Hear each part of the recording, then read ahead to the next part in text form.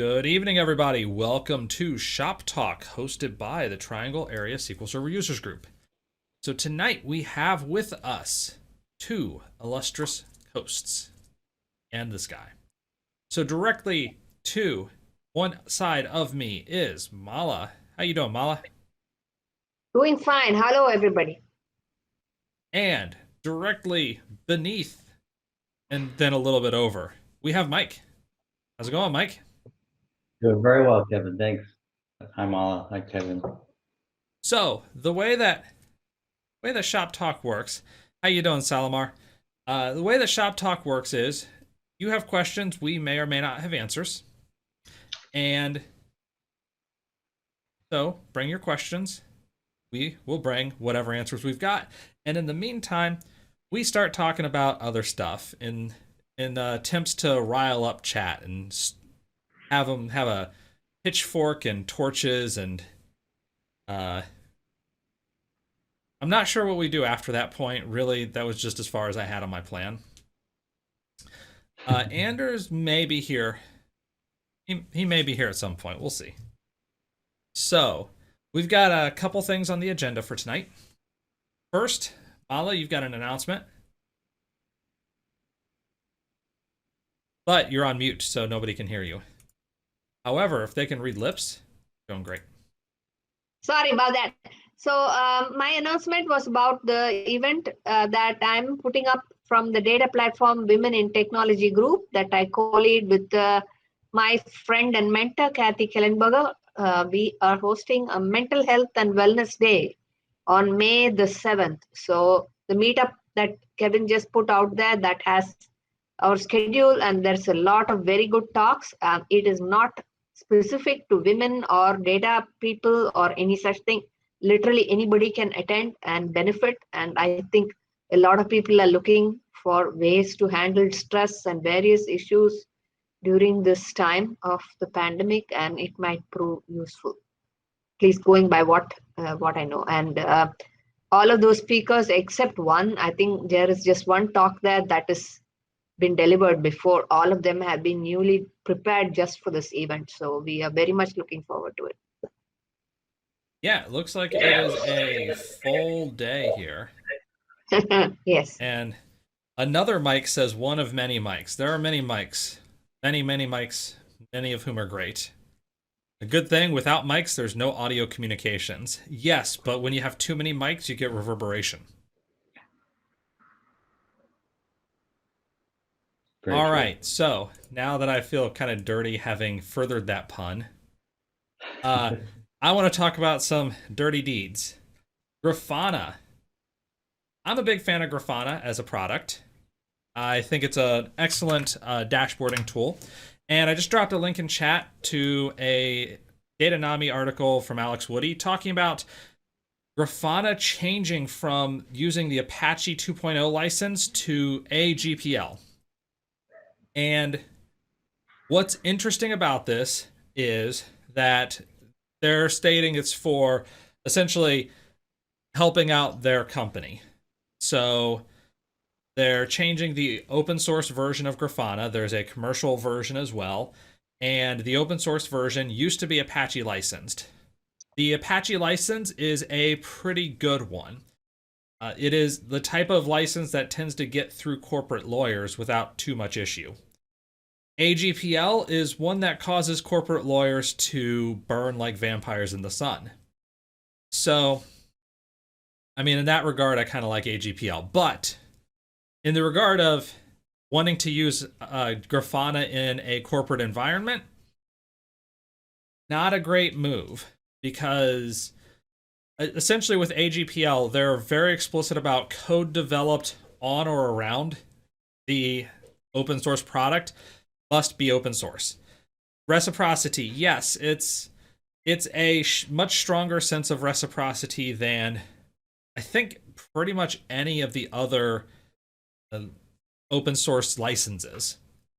And that has its positives, but it also absolutely has negatives. And the negatives are that a lot of companies that build products around Grafana are going to have to switch to something else because they're not going to want to open source all of their critical code. Richard Stallman was/is a fanatic. I need to take a drink for this one.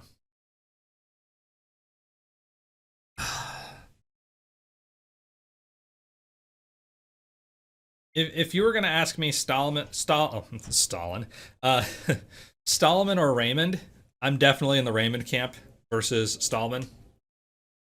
I appreciate the work that Stallman has done. I think that he was wrong in some respects. And I think that the incrementalist approach to open source tends to work out better.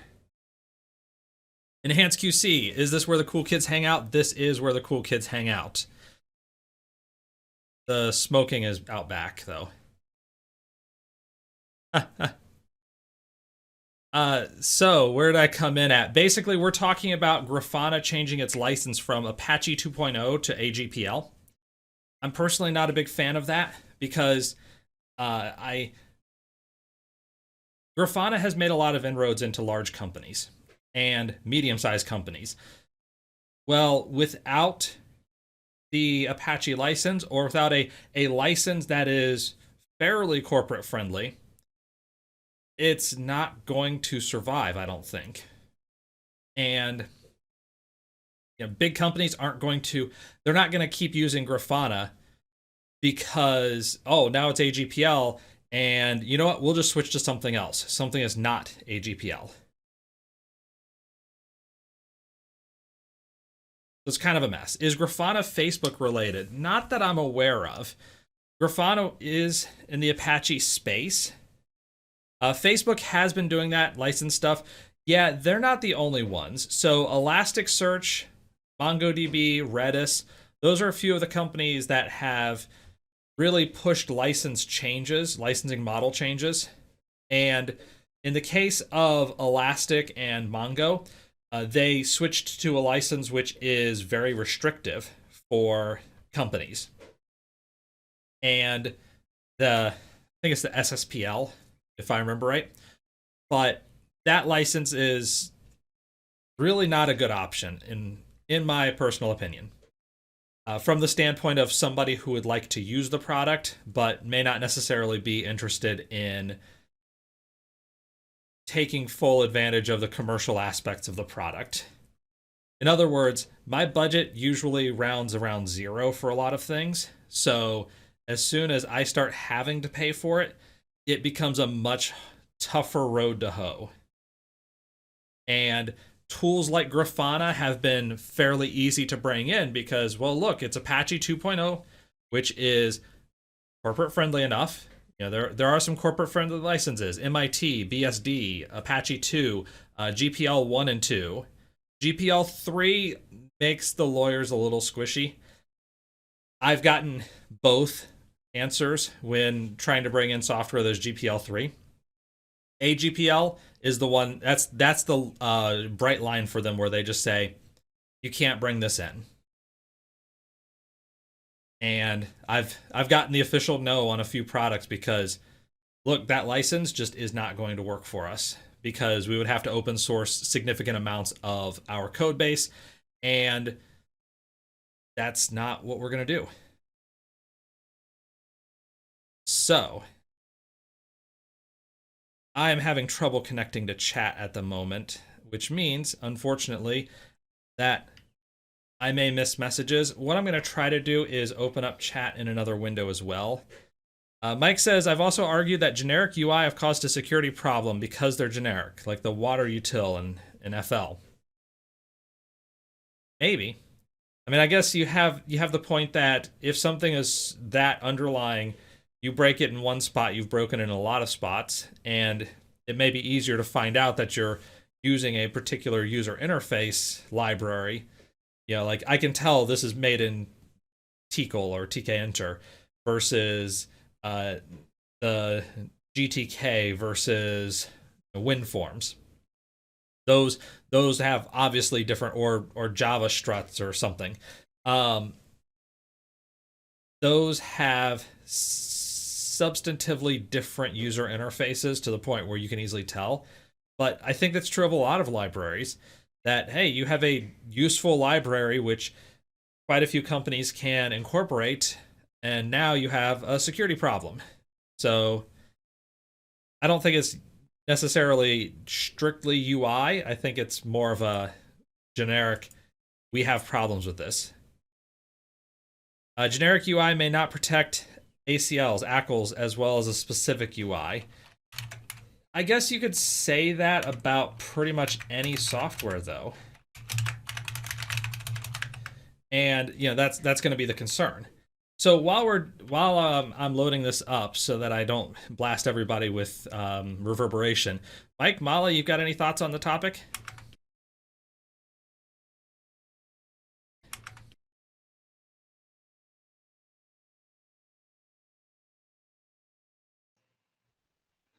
No, I don't. This is great for me to learning. I was looking up. I had not heard of Grafana. I know I had So something similar. I was muted. Sorry, no, I said I know very little to weigh in on the subject. So I'm listening and learning. Yeah. That's fair. That's fair. Grafana has taken some. They've actually built up a lot of industry cachet lately because they've formed a relationship with AWS, sort of an official partnership with them, and Microsoft has used them pretty heavily in some of their products around SQL Server big data clusters, around basically SQL Server analysis. Some of the support operations groups will use Grafana as their key dashboards. And there are a couple of places in the Azure space where you can get to Grafana. And this kind of leads me to wonder what's going to happen there. I think there's a greater than zero chance that somebody forks off the last Apache 2.0 release of Grafana and makes it something else. And then corporate Grafana moves their own direction. I think AGPL as a license for the open source version is a bit of a poison pill. So, for example, if Power BI is allowed to access or show business data beyond what should be shown to a user or community. Yeah, I mean, yes, I guess in the sense that any user interface could possibly do that. You have the capability of doing so. I suppose in that respect, that is special to user interfaces, and that having a single user interface, like in a multi-tenant scenario, can lead to the possibility of inadvertent data exposure. Most UIs are not programmable. I'm not sure about that. I mean, I just gave you 3 of the major toolkits for developing user interfaces for non-web based. And you talk about anything web based, all of that is programmable. You do have user interfaces which are developed essentially as drag and drop, but I think that's a lot more limited. I'd see user interface programming as an actual activity that people really do. So Mala, I think you were saying something, but we're on mute again. No, I was saying, are there chances that Microsoft might buy them out? Oh, who knows? They've got a lot of money. So, I mean, the answer is always yes for one of FAMG. Will one of these companies buy this tech company? Probably. Just a matter of time. And, I guess we'll see what happens. Most UIs were not programmable. These new options.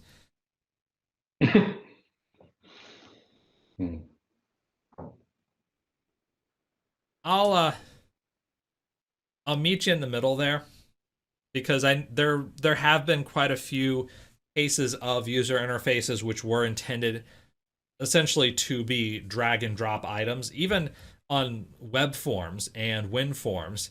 You think about Visual Studio with the Visual Basic interface or Access in VBA. drop this button on and try to make it as little clicking as possible. So I suppose that's a factor. That's part of it. Yeah. Even then, you still had the code behind. You still had the events that you had to write up, but they were intended to be as user friendly as possible. And since we're on this topic, I got to call out that 2020 is the year of the Linux desktop.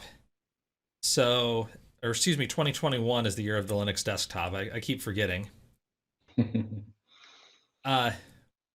Apparently, Windows is going to support via WSL2 will support Linux-based graphical applications running natively within Windows. Wow. So previously you had to use a workaround. You know, you could use the X Windows interface within Windows subsystem for Linux, but it required a bit of effort and it was a little tricky. Generally, you were going to have a better time essentially not just using the command line options. But yeah, native graphical interface within Windows, allowing you to essentially take anything that's a Linux application and display it. So that's kind of interesting. Leads to the conspiracy theories that 4 years from now, everybody will use Linux, except it'll secretly be Windows. Oh boy, that would be a sea change. Since we're on the IP topic, what are your thoughts on RISC-V, Linux for ISA? NVIDIA is apparently tooling into RISC. That is new to me, Enhanced QC. I have not read up on the topic. Hey, don't play Edge's Chromium. I mean, it's true. It's true. And you see a lot of the underlying bits of Windows being more and more Linux friendly.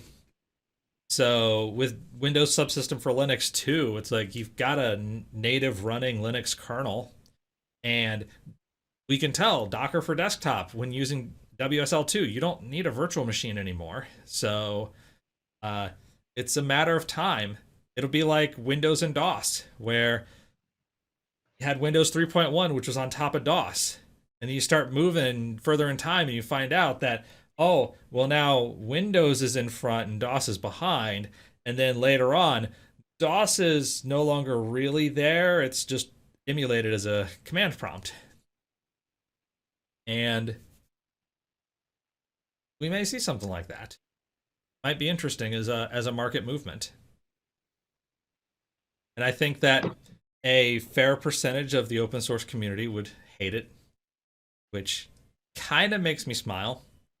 Like, you guys never change. You guys never change. And I say that 45 to 50% out of love, 40% out of spite, and the rest just because I can. So RISC-V or RISC-V, that's how little I know. I don't even know if it's technically RISC-V or RISC-V. And open hardware is a great idea, but you still can't buy a cheap RISC chip that runs a complete Linux stack. It's interesting to see what the ARM people have done with RISC, as the picture's changed very quickly. Yes, I can't really speak to that very much. Just a vague surface level discussion in the IoT world, but we have seen a lot of movement in that front over the past decade or so. They were invested, now they're not. Okay.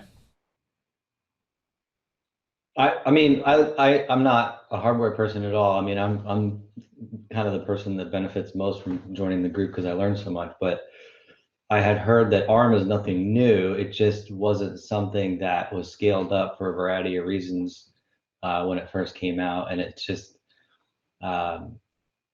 Apple's kind of reinvesting in ARM because it works for them strategically, but that, most of the server chip industry is still non-ARM and will be for some time.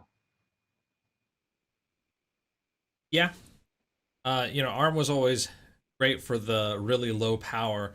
Like I remember when Linus Torvalds went over to the hardware company that he was working at, and they came out with some of the earliest ARM chips. It was always for extreme low power, intended for things like laptops, for smaller devices, portable devices. Bottom line is nobody's going to pay for ARM or x86 license if RISC-V is sitting there for free. It's a matter of time, just like the Linux and Windows conversation. Free is a very hard price point to beat. Free is a good price, as Mike points out there. Yes, and so that's certainly an advantage. The tricky part, there's no free lunch. Yeah, I was gonna say the tricky part is actually the migration process. When you have so much that you've built on top of that x86 platform, it is real hard to say we're gonna switch it over to something that's not necessarily going to work all the way, and that probably won't be optimized all the way. You can find, I'm talking more on the software side. On the hardware platform side, a lot of that's going to be what software support is there, and if there's optimized equals dollars. Yeah, that's true. But if Yeah, there is, oh, go ahead, Mike. I was gonna say I use all different types, and I remember when I got pushed for Apple to they had the power to just kind of say you can't use 32-bit apps anymore. Like few environments can do something like that. Yep. And I was like, okay, well, wait a minute. Yeah, so they have a little bit more control over, hey, we're going to push to ARM and the software will follow. But it's a little bit tougher for the rest of the world, I think. Yeah, frankly, I think Mac OS and iOS are probably the only spots where they could really do that. Microsoft, for 3+ decades, has lived on the notion of backward compatibility. May not always work, but they have done ridiculous numbers of things to get somebody's decrepit system that was built in the late 80s, and they no longer have the source code, and they just need the thing to run on a server, that you can still run that thing in compatibility mode and actually get results. That's kind of been their mantra. And in the Linux world, you have the whole idea of bring your hardware, we'll make it work, or you'll make it work. And so simply saying, yep, everybody go use something different, that's not going to work. Android, similar story, where you have so many different Android products, most of which are garbage, and switching them all over, never going to happen. So, yeah, I think Mac OS is probably going to be about the only spot that has the ability to force people over, and they don't tend to worry so much about, does this stuff still work? It's like, oh, this is broken. Well, stop using it. Okay, but my company depended on it. Oh, well, your company should depend on something else now. Yes, and that's kind of that's the Apple mantra, which, by the way, might be part of why you don't tend to see Apple servers very much. They're out there. They're out there. They're just. I was thinking of Atlassian and Fisheye, Kevin. I mean, yeah, that's actually, it's also a mantra you'll see a lot in software as a service. We have changed the system. Pray we do not alter it further.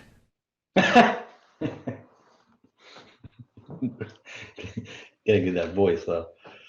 No, I can't do the James Earl Jones. Actually, just the other day, we watched The Hunt for Red October, and James Earl Jones comes on screen and I tell my wife, "Hey, remember him?" She's like, "No, that's Darth Vader. Doesn't look like Darth Vader. It sounds like Darth Vader. All right, it's close enough." Voice acting, yeah.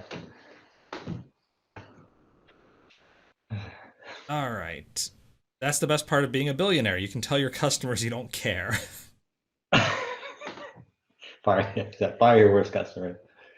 Yeah, yeah. Although there's a relatively small number of companies who can get away with it.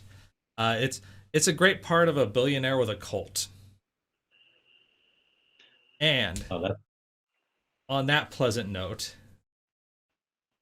now that I have offended every Mac user in the audience, maybe not all of them, just you guys, you're not cultists. Don't worry.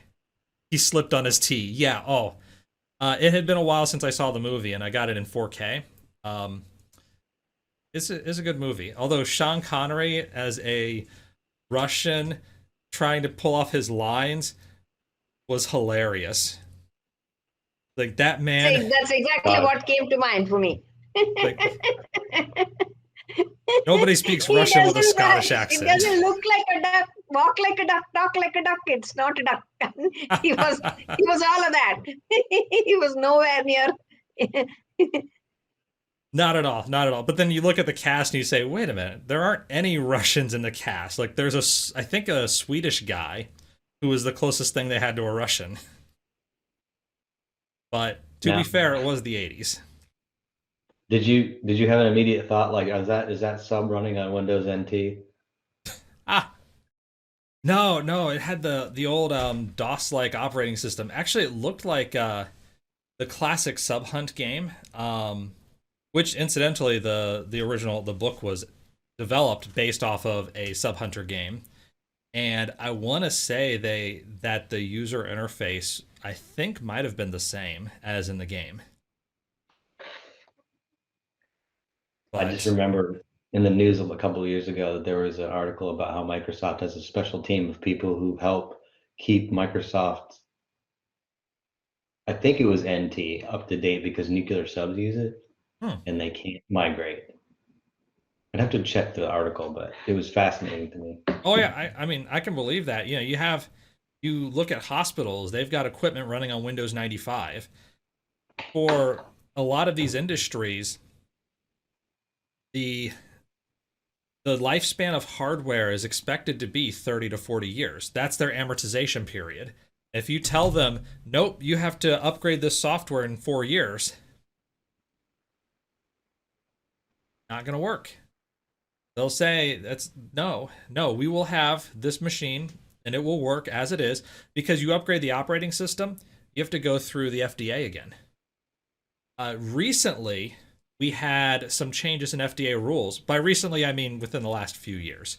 We had some changes in FDA rules where you could do minor upgrades without having to go through full recertification, as long as essentially you had a test library that matched up. You had a big enough test library, you could just match it up and ensure that all the calculations would turn out to be the same if you go from version 2.1 to 2.2 of this software. But you switch from Windows NT, no, that's a whole new certification process. So that's part of why you'll see a lot of equipment that's like running Windows 95, Windows 98. And as far as nuclear submarines go, yeah, I could see that. Again, the amortization period is in decades.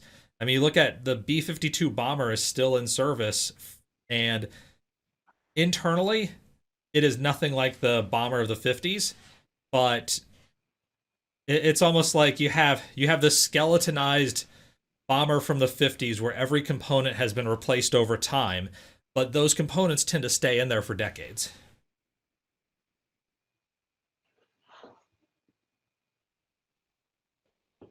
Saw a NASA pin in 2005 that projected the screen and keyboard on your desk. I have no idea where that tech went. That's an interesting one. I think I've heard that one. Yeah, the problem there is you have no tactile experience. So I'd rather have a keyboard because I have a tactile experience. That's one of the problems with using a phone. It's why Auto Cucumber is so important for us. And just having that ability to feel this thing. It's if you want me on a rant, I will talk about automotive touchscreens, which is an incredibly stupid idea. Like as I'm driving, the thing I should be staring at is not the touch screen that's down here. It's the crazy people out there. And the more you make me look at this touch screen, because I can't get something through tactile experience, the harder it's going to be for me to operate this vehicle without distracting myself because, oh, I need to make this change. And so you go back to automotive designs pre-giant touchscreen, and I think that they were much better in that respect. You had buttons like, oh, I can tell this button performs this operation just based off of feel and location. You have knobs like, oh, okay, this is the knob for the temperature control. This is the knob for the volume. And it's fairly easy to tell. But when everything's a touchscreen, can't do that anymore. Anyone else here know we're still using the U2? Yep, U2s are still in use. Sadly, the SR-71 not in use. That thing was a plane. And kinestology and AI to do new typing without typing. So there are a lot of areas of research in that space, and I could see something interesting coming out in the next, say, 5 years or so. I don't know how well it would work because we're just now getting to the part of computer devices that can take brainwaves and interpret them in a minor respect. And we're nowhere near the point of getting intent out of them. Generally, it's more of essentially energy level. It's kind of cool seeing this stuff in action and trying it out, but it's nowhere near the point where you could think a word and have that word be written to the screen. It's more of as you spend, hooking up devices to people with just work. Yes, and that's some of what you get today, where if you have a very specific use case, then the AI can interpret pretty well. Like if you have think up, think down, think left, and if you prep that stuff out, devices can interpret those signals and get those intents a little bit better. Or, I mean, I know like AI with, excuse me. Now I'm thinking of that book, Snow Crash, where essentially if augmented reality gets faster, you're plugged in and words are flying at you and you're touching them or something like, I can't even fathom what it would be, but there might be ways where you're working on your computer, but you're essentially with AI goggles on. Yep, that's new to me. The metaverse, that was what I was thinking. Okay. And Enhanced QC says, let's be honest, they don't have OCR at 2+ confidence intervals. We gave up teaching AI irony or sarcasm. We are not as far as we think. Machines will always be emergent, not transcendent. I'm willing to go on record and say that I am a weak AI guy. I don't believe in strong AI. And this is a debate. I know people who are strong AI people. Like there's one guy I know I respect a lot who's certain that once we get to quantum computing as a common thing, that strong AI is just around the corner from it. And I don't believe that to be correct. I don't think that machines will ever be able to think and act as people. They will always have the limitations of what we experience with weak AI, that we can teach them to perform tasks, and an individual task, it may be superior to us, but that it cannot from there interpret and learn new tasks. So, I mean, in that regard, I'm not that surprised at the notion. Have you ever retired a human by mistake? Yeah, exactly. We'll just ask them a bunch of questions that none of which make sense and wait until they crack. But I don't think it's a very hot take, to be honest. It's interesting in the AI space because a lot of people want to be strong AI. They want to be uh, have the computer understand and hopefully not be Terminator. Is Harrison Ford's character a replicant? Hey, At this is one not a spoiler point. show. So,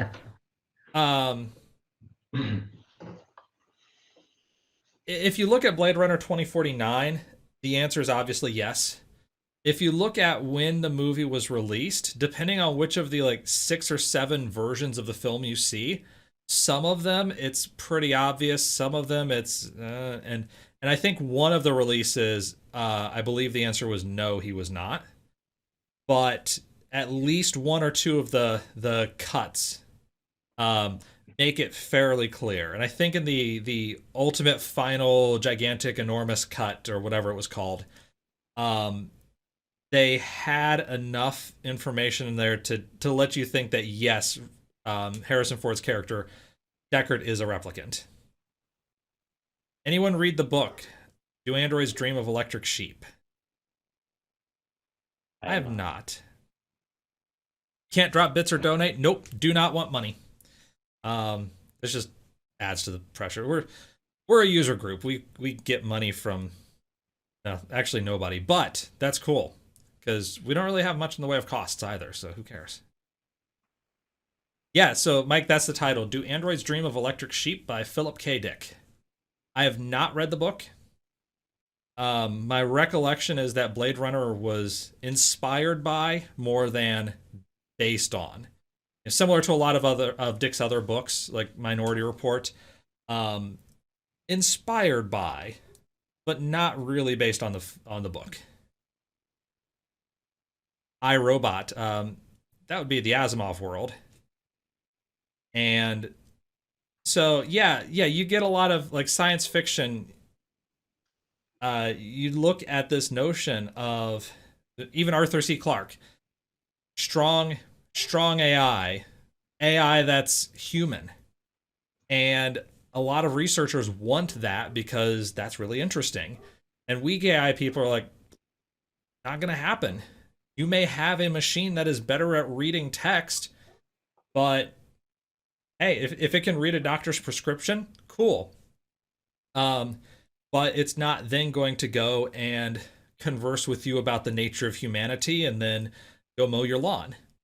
And you'll have different trained models that are focused on specific things. You can still do a lot within that space. Just don't expect it to, survive from there and learn and prosper and do the things that would be necessary for it to be a strong AI.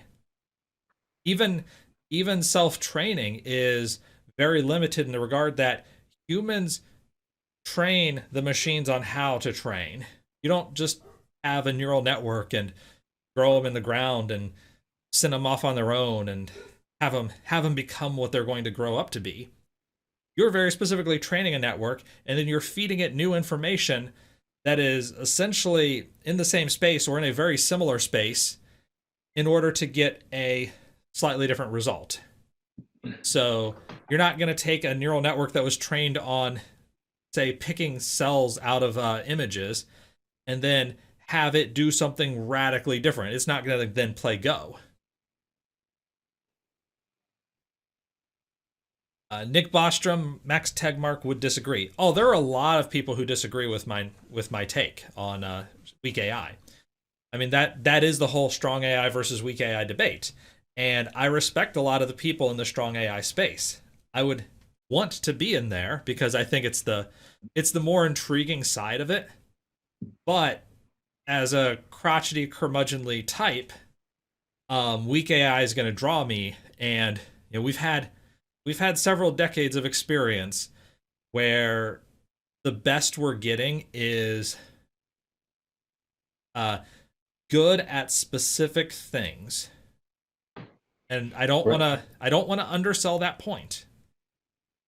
When you have enough resources that you can throw at something, it can solve specific classes of problems extraordinarily well.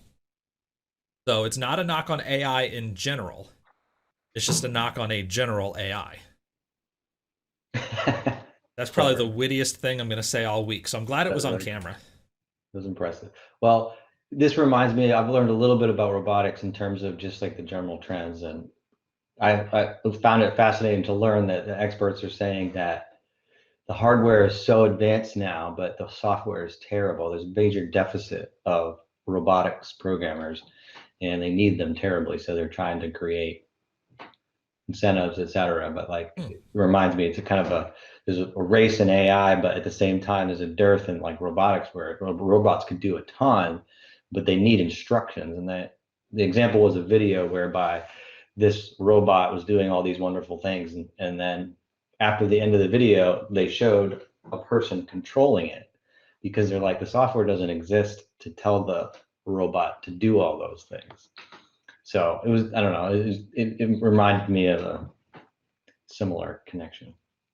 Yeah, and I wanted to take that someplace as well. So actually, it reminds me of my undergraduate days where I had a professor who told me, look, hardware people, if you're an EE or you're in the hardware space, you get a miracle every other month.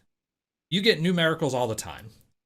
Computer science got one miracle ever. We only get the one. And that one miracle, by the way, is that when you read a page in memory, there is a very high probability that the next thing that is of interest is the next page in memory. So you can essentially have a high cache hit rate. And that's our one miracle in computer science. We don't get additional ones. Everything else in computer science is a trade-off. You get a benefit of this by giving up something else. Hardware, you can build new things without having to give it up. Like, oh, I've got something that's half the power and twice as powerful, or half the energy requirements while being twice as powerful in terms of clock cycles or whatever measure you would like. That happens all the time in the hardware space. It never happens in software. Our software gets more advanced and it's bigger, bloated, buggier, takes longer to load, everything like that.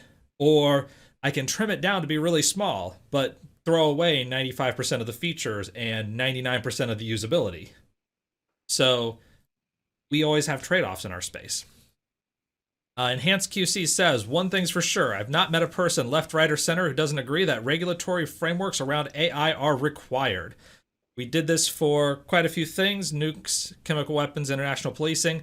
Lots of international regulatory frameworks in place. They take time. It's hard, but worth the effort. AI needs to be an open and a servant of humanity. Short answer, yes. Long answer, yes. But, so yes, I do agree that regulatory efforts around AI are going to be required. And there are already some notions around responsible AI. I don't like some of the things that get put into it. I think many of the pieces of a responsible AI framework are relevant and important. You know, things along the lines of if the machine or the AI that you develop harms another person, you are responsible for that. I don't care if it was the machine that did it. You are the ultimate owner of the machine, and therefore it is your responsibility. And as a developer of the machine, it is your responsibility to find ways of preventing that sort of harm from happening. There will always be, to the extent you have an AI whose purpose is to do X, and X may in fact do harm. Like I have a war machine. If I have a machine whose intent is to fight in a war, yes, it is going to do harm, but it should not decide to turn around and like blow up its own artillery. It shouldn't try to shoot its own people. It shouldn't randomly go off like in, say, RoboCop and just start shooting everybody. Tell that to Uber. Driverless AI killed a man in Arizona 2 years ago. Yeah. Uber's response: you weren't using our software correctly. Please see the EULA. Right. There's been a mess about that with driverless cars, and we are going to see some of this. I mean, we're seeing cases with Teslas where there was a recent one, a couple of guys trying out the auto drive. Elon Musk said that auto drive was not engaged, but when they found the dead bodies, both of them were in the back seat, so I'm not sure how auto drive couldn't have been engaged while they were going 100 miles an hour down a road. But those sorts of things, there will be some common law that will come into play in the US. There will be distinct regulatory effort that will happen over time. It's probably going to take a while, and it won't be that great at start, but we'll see things develop. So I do believe that given enough time that you will see rules come into play. And frankly, the EULA, most judges are going to throw that out. If your company is trying to use a EULA to get out of any legal binding, a lot of judges will just say, nope, that's not actually a proper agreement.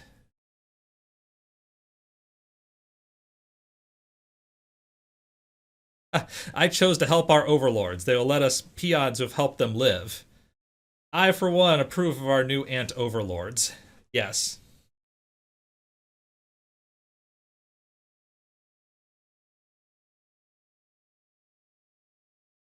Yep. So, oh yeah, that also shows up in Silicon Valley. Yeah, I was thinking of The Simpsons with the space episode where Homer goes into space. As a newspaper or as a TV personality, I will be very helpful in bringing people to the sugar mines. I'm not as anthropocentric when it comes to superintelligence. Yeah, I don't think you'll get to that point. That's essentially going into my space of weak AI, that you won't be able to create a human. Brains are complicated things, and you get back to a classic argument that you can't understand the brain using the brain, that you can't understand the tool using the tool itself. That's an area of debate, and it is an interesting area of debate. It is not an area where I'm all that qualified to make solid judgments. So this is essentially a water cooler show anyhow. Definitely on this topic, don't take me as authoritative at all.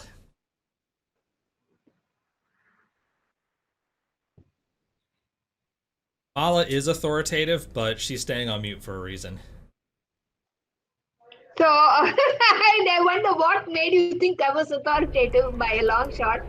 But that line, that the brain cannot be understood by the brain, that has a lot to it. That is the topic that spans many areas. Philosophy, maybe even a little bit of religion, science, everything. So that's a pretty deep statement, and I personally believe there is some truth to it. Yeah, so Mike here says, when experts say something is possible, they're usually right. When they say something is impossible, they're often wrong. So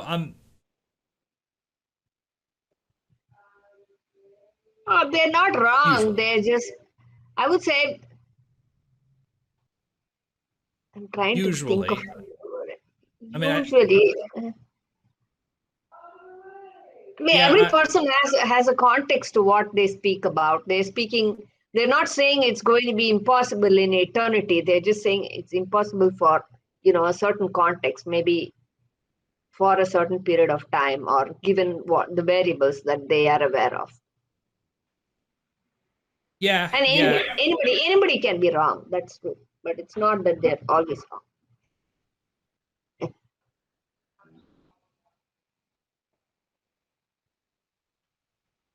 All right, now, other thing I want to talk about tonight. Well, one thing's for sure, when it comes to identify or label, when it came time to identify or label in English what was in between stimulus and response, they called it conscience.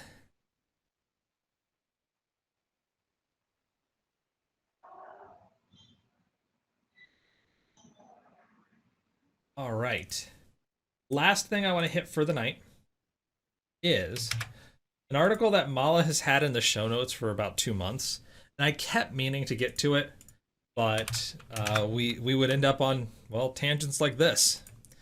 And it's fine to have tangents like this. It makes it a lot easier to prep. So this is the case for lower code. And this is an article about the concept of low code and no code solutions.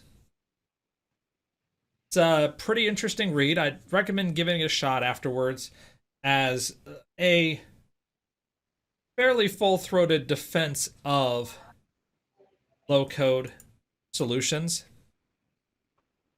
I don't know that I buy into it fully. I think that I love the idea of low code and no code. The idea that here I can bring in a person who doesn't have much development skill and can give you the power to build out something that is useful to you, which sometimes can work pretty well, but it seems like a lot of times you hit a wall of complexity where if you have a really easy solution, low code or no code tends to do a great job of it.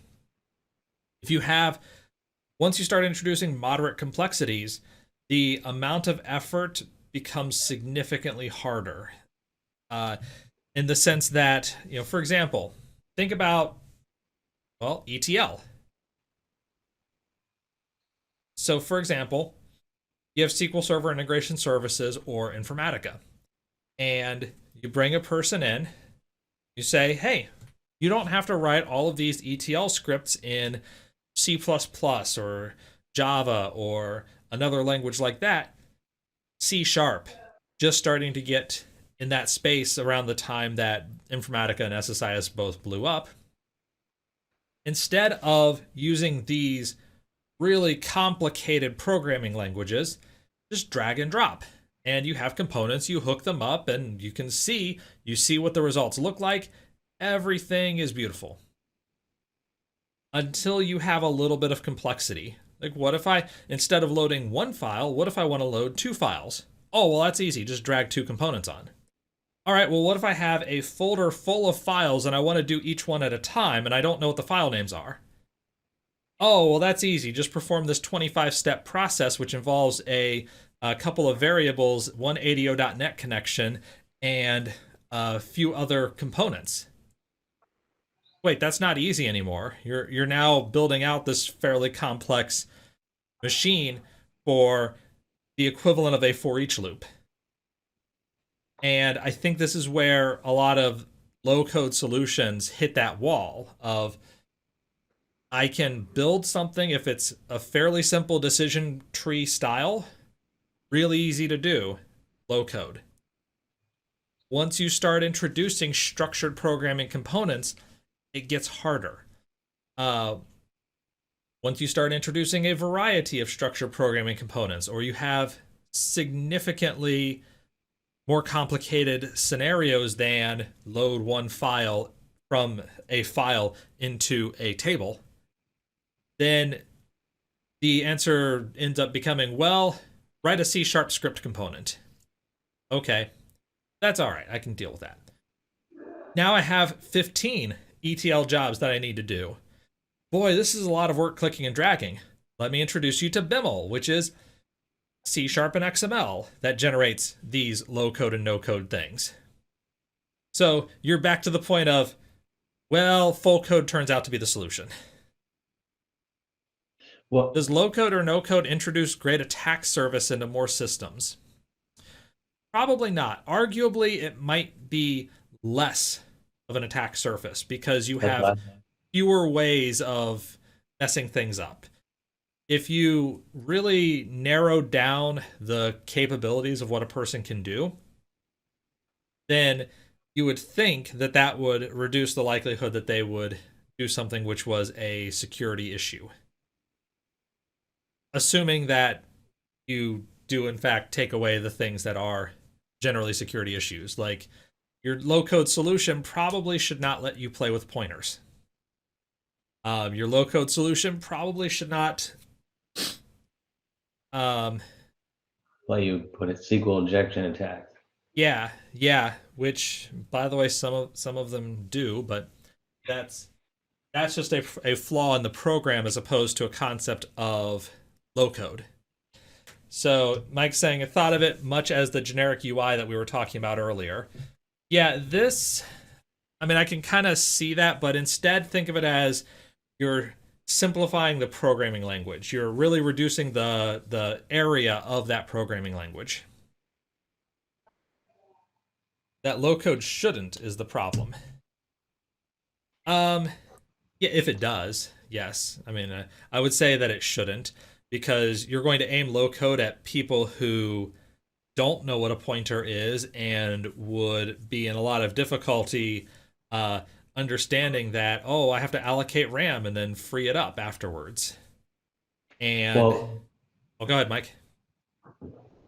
No, you nailed it. This one, Mala suggestion, that's really resonated with me because I came from the business side, accounting and my music, and then I did a lot of like business reporting and spreadsheets, etc. And I learned SQL because I had to, because I couldn't get stuff done. So I have come from the drag and drop world, and I think that I've kind of moved towards more actual programming because of these things where I know things are wrong, but I don't know why. And like I was literally using business objects today to help a client with something and pulled in for information and it froze. And I know why it froze, because it was trying to fetch data for 8 million records. But you wouldn't know that as a business user if you didn't know SQL or understand the analytical layer behind how it was processing the data. So I'm a proponent of it where it can be designed well. And I think that it's going to be in the future. So I do investigate low code items like Airtable and other automation features. Another one that's gaining a lot of traction is it's a company that is 100% remote. I was going to say Alteris as an example, but dang it, I can't believe I can't think of it. Zapier. Oh, you created Zap, right? Yep. And so things like that are going to be more and more part of the future. But then you get into it, it's like, well, they have a Zap for SQL Server, but it's not exactly what I need. So then you need to figure it out. And then if you have the technical, you're like, well, you don't know what you don't know about what you can't do the thing that you need to do. So you need to get a programmer to tell you that you need a C# integration or something like that. So right. Yeah, I mean, I like the low code interface as your gateway into this. It's an easy way to get in for a new developer, somebody who's not a developer at all. Maybe they're a business analyst and just need to get something done. That's where Zapier, If This Then That, Logic Apps, those types of tools make it really easy for a business person. I just need to send an email when I receive a message in this folder. So new file hits this folder, I need it to send me an email. And there is tooling that makes that really easy to do. So for certain classes of problems, it's really easy. But once you start needing structured programming concepts, then it gets a lot more complicated. And I think that's where we kind of hit a wall. And right, I was reading about collation today and counts and like stuff like that, where you really want something precise and you don't even understand why you're getting different results. And it might be that you can't even see why, because the thing that's being served up to you in the drag and drop environment is not going to be able to give you the answer because it's been aliased or what have you. So Right. yeah, absolutely. Sometimes the complexity isn't even possible for you to understand without seeing more detail or having more knowledge. Yep. And Mike here points out that Zapier is great, but not really low code unless you only follow the bouncing cursor. Yeah, that was the other half of the comment I was going to make, where it's a really good way of getting you in. Even if you are a seasoned developer, it kind of gives you that quick in, and then opens up the opportunity for further developments. If you use it, you know that when the backend API changes, Zapier breaks and sends you a message that the API broke, which happens quite a bit. That's one of the downsides. But then, if you're using some other tool and the backend API changes for Google Calendar or Gmail or Microsoft Word or whatever integration points you're using, you're still going to have to fix that. So with that, I believe we've successfully made it through another edition of Shop Talk. I want to say thank you, Mala. Thank you, Mike, for coming in here. Thank you, chat, as always.